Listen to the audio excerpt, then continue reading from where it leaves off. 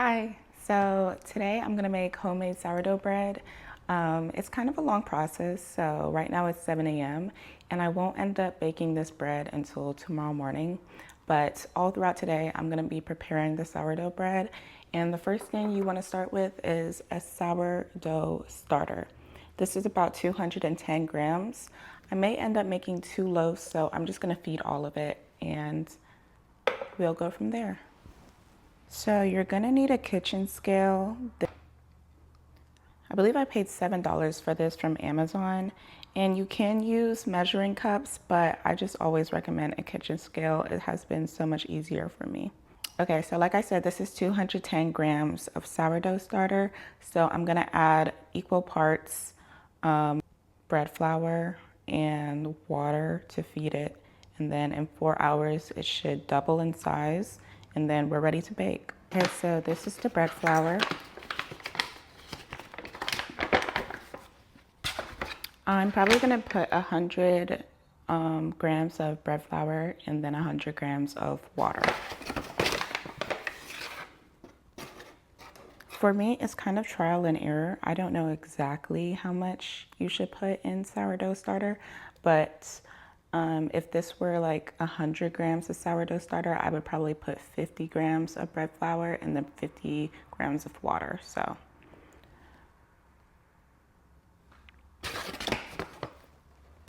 All right, so my scale says 100 grams of bread flour. So now I'm gonna zero it out again, and then I'm gonna put 100 grams of water.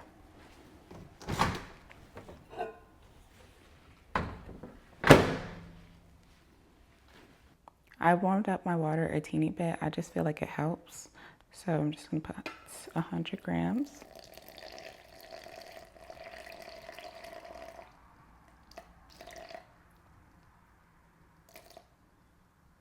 All right, so 100 grams. And now I'm gonna take it off the scale and I'm just gonna stir it.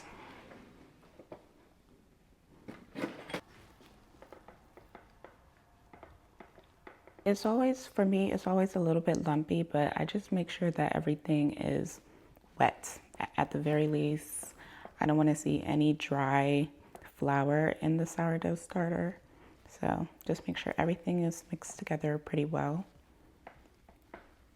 So it's all good. I'm just gonna kind of scrape the sides down a bit.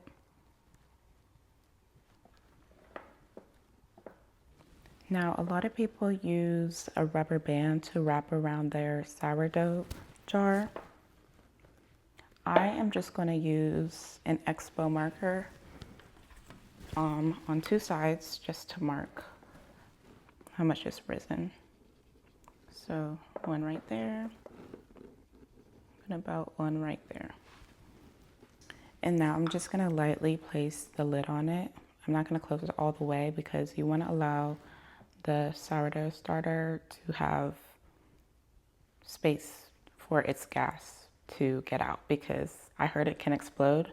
I don't know, but that's just what I learned when I first got started. So now I'm just gonna place this in the oven with the light on, and that should make it warm enough for it to double in size or start rising pretty well. So let's do that.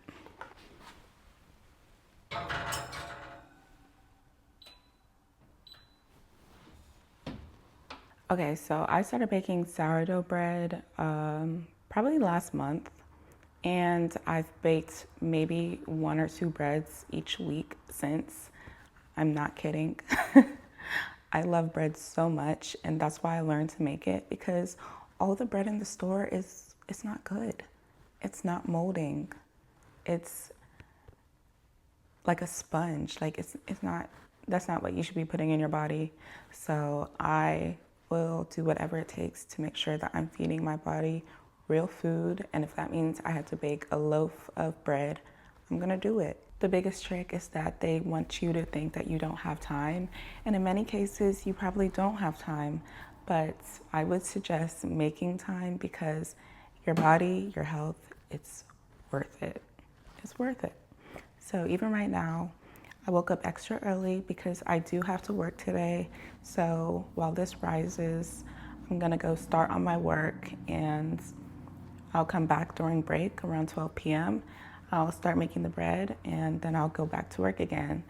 And that's just the way it goes. By God's grace, I'll get it done. All right, so I just pulled the sourdough starter out of the oven, and as you can see, it doubled in size. So the hardest part about sourdough is the sourdough starter. I did end up purchasing the first starter online from King Arthur's baking company, something like that. And so I never made starter on my own, but after you get the starter okay, everything else is a breeze. So I'm gonna start with 100 grams of sourdough starter. And let me just pour this out.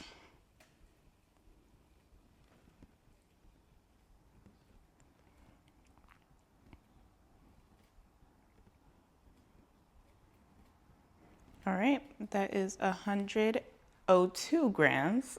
And I'm gonna pour in 260 grams of water.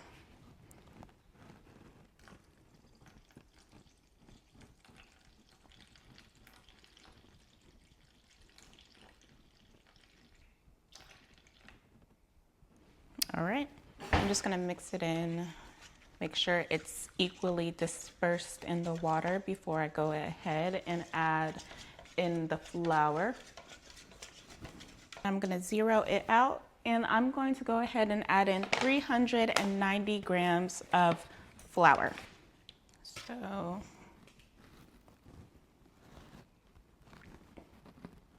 So I got some dark rye flour. I'm just gonna go until I hit 390 with it. Okay, hit 392. I like the wheat flour. It just gives it more of just like a wholesome taste. I just think it tastes good. So now I'm just gonna stir this together.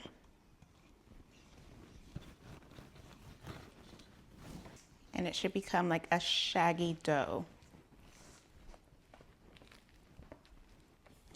Okay. Some salt here. Just go until it hits 8 grams.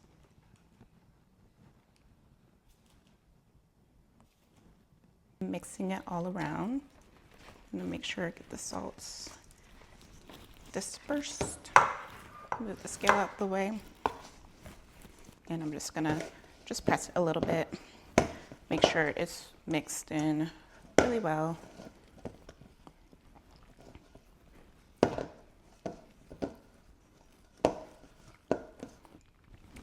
Now I'm gonna cover it with a clean tea towel so that the dough doesn't dry out on top, and I'm gonna place it back in the oven. Okay, so I just placed it in the oven for about 30 minutes. I'm gonna set a timer, and then after that's done, I'm gonna take it out and I'm gonna knead it, or I think it's called like a fold, and then I'm gonna place it back in the oven for another 30 minutes and do that around 3 times.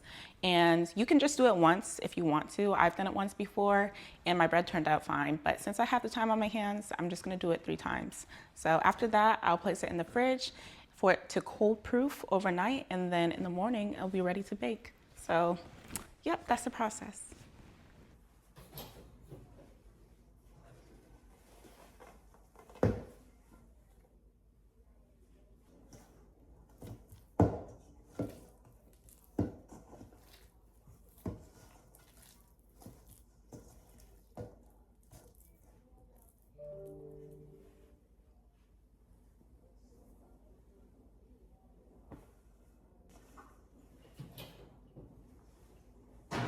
Okay, so it's about 7:30 p.m. It's been a full day, so I kind of just left the bread proofing all day. So who knows, it might be overproofed, but I think it's fine. So we got this bread. This was the second one I made. And then we got this one. They have little air pockets, so it's ready. It's lined with parchment paper because I don't really like cleaning cast iron. I feel like it's a headache and it's prone to rust. And this one I still need to clean because it's rusting a little bit and it's just a little bit too much for me. So I'm still learning. So make sure it's all off the pan. And I'm literally just gonna put it all in my hands. And then I am gonna try to just kind of roll it into a log. Just gonna go ahead and drop it on the parchment paper, or do my best to. All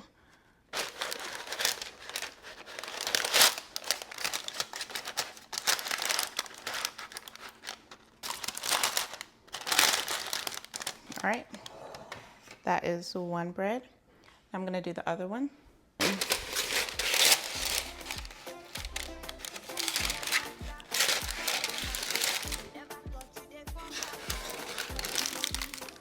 All right, so I will see you guys in the morning. Good morning. It's bright and early the next day, and the sourdough is in the fridge. I'm about to take it out of the fridge. It should be finished cool-proofing overnight, and then I'll put it in the oven. We'll bake it for about 45 minutes, and then we'll be all done. Okay.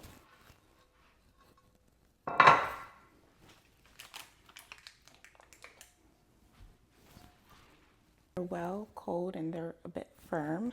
So I'm just gonna score them, spray it with water, put the lid on to create steam in the oven, and then we're gonna bake it. So the oven just reached 450. I'm just gonna spray them. This will add like a little bit of steam in the oven once I put the lid on.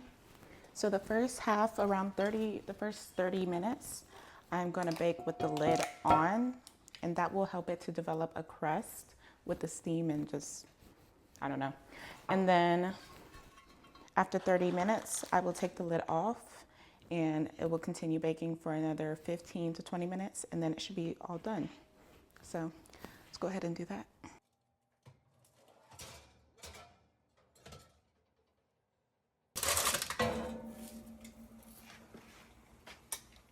So they're both done. That's what the first one looks like. So right here.